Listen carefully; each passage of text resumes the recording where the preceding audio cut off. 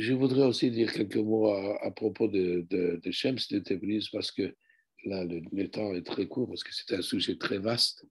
Et donc, Shams de Tabriz est aussi un soufi errant.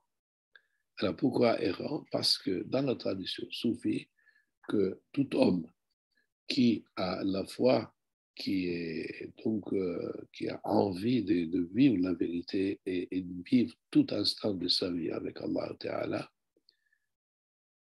il demande aussi une référence humaine, de rencontrer un homme qu'on appelle le Veli, intime de Dieu.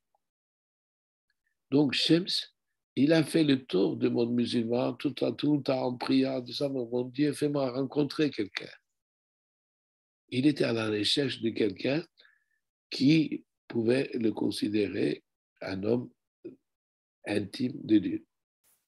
Donc jusqu'à là, il a fait beaucoup de voyages, il a rencontré beaucoup de personnes, il n'était jamais satisfait.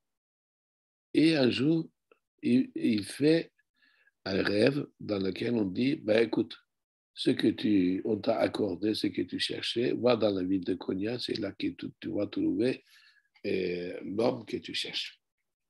Cela veut dire que dans le tasawwuf, il est très important de aussi chercher un homme qui soit vraiment l'intime de Dieu, qu'on appelle le murshid. Donc, les rencontres de Shems et de Rumi, ce n'est pas les rencontres de disciples et maîtres, et ça comme on dit, on exagère. Parce que dans la mentalité humaine qui s'éloigne de Tasawwuf, il faut toujours une cause. Donc, pour trouver la vérité, un autre homme est le cause. Non, le cause de tous les causes, c'est Dieu lui-même, Allah Ta'ala lui-même, ce qu'on appelle le Sebeb el-Esbab. Donc d'abord, on demande à Sebeb el-Esbab, à Dieu, de créer un prétexte pour nous faire rencontrer quelqu'un. Il ne faut pas renverser le rôle, c'est-à-dire ce n'est pas l'homme qui va vous faire trouver la vérité, c'est parce que vous cherchez la vérité que vous trouvez l'homme que vous cherchez. Donc ce qui est arrivé avec Shems et Rumi aussi, et donc, la légende selon la radiographie, et Shems a vu Rumi qui était en passage et il lui pose une question. Ces questions, peut-être, je ne sais pas, pour ceux qui ne connaissent pas le contexte, c'est un peu difficile à comprendre, mais il lui dit, est-ce que le prophète est plus grand que Beyazıt Bistami? Beyazıt Bistami, c'est une des références de première soufie. Et lui, il dit, oui, il dit, quelle question? Bien sûr que c'est le prophète sallallahu alayhi wa sallam est le plus grand. À ce moment-là, Shems, il dit, mais pourquoi le prophète sallallahu alayhi wa sallam, il a passé toute sa vie à, comme on dit, à se répandre 70 fois par jour, même plus, alors que Beyaz Bistami disait, mon Dieu, je suis satisfait, j'ai accompli de ta prière, de ta servitude, je suis digne d'être ta créature. À ce moment-là, Rumi est très étonné de cette question. Il descend et il dit, écoute,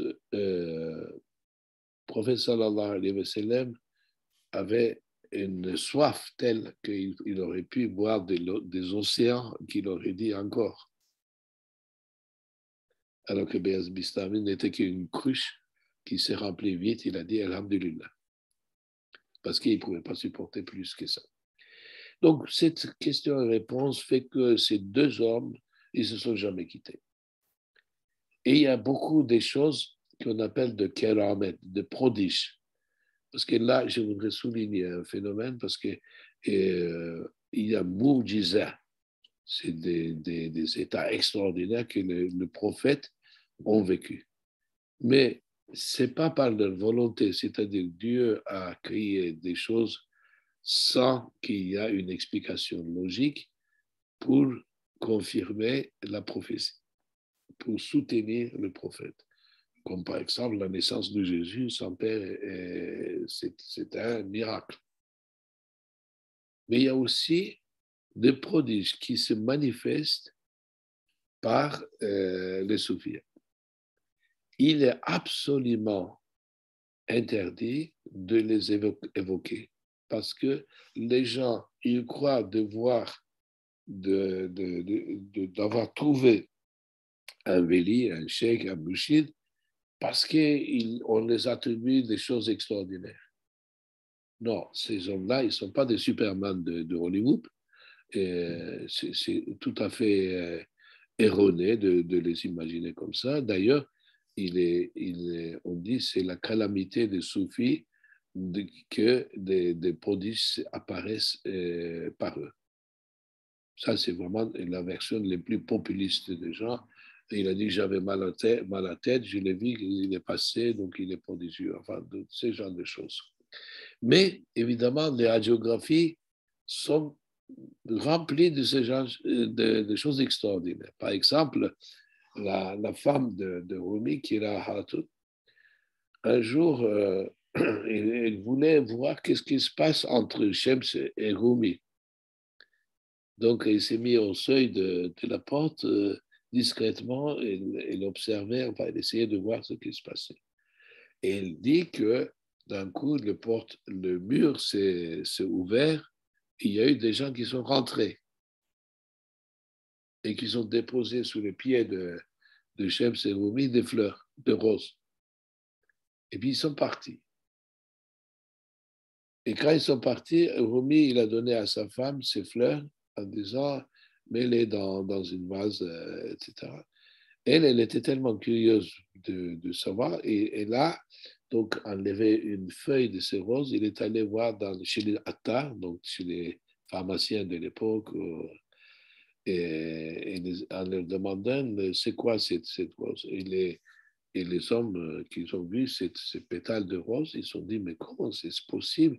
Qu'est-ce qui fait ces fleurs ici? Parce qu'il est dans un pays lointain. Enfin, c'est les fleurs, c'est la rose de, je ne sais pas de quel pays. Comment est-il venu?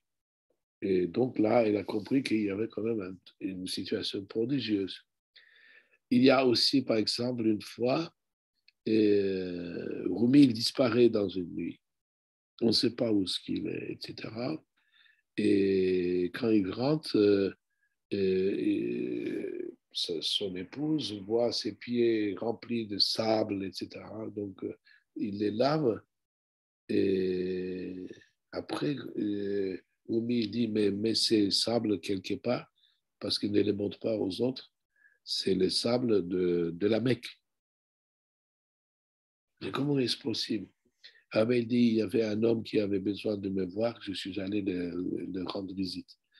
Donc, vous voyez, donc ces genre de situations où, par exemple, il va dans les hammams, il rentre dans l'eau chaude, pendant 2 jours, 3 jours, il ne sort pas.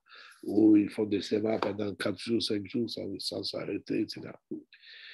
Donc, ce sont des situations de prodiges extraordinaires que vous avez vécues.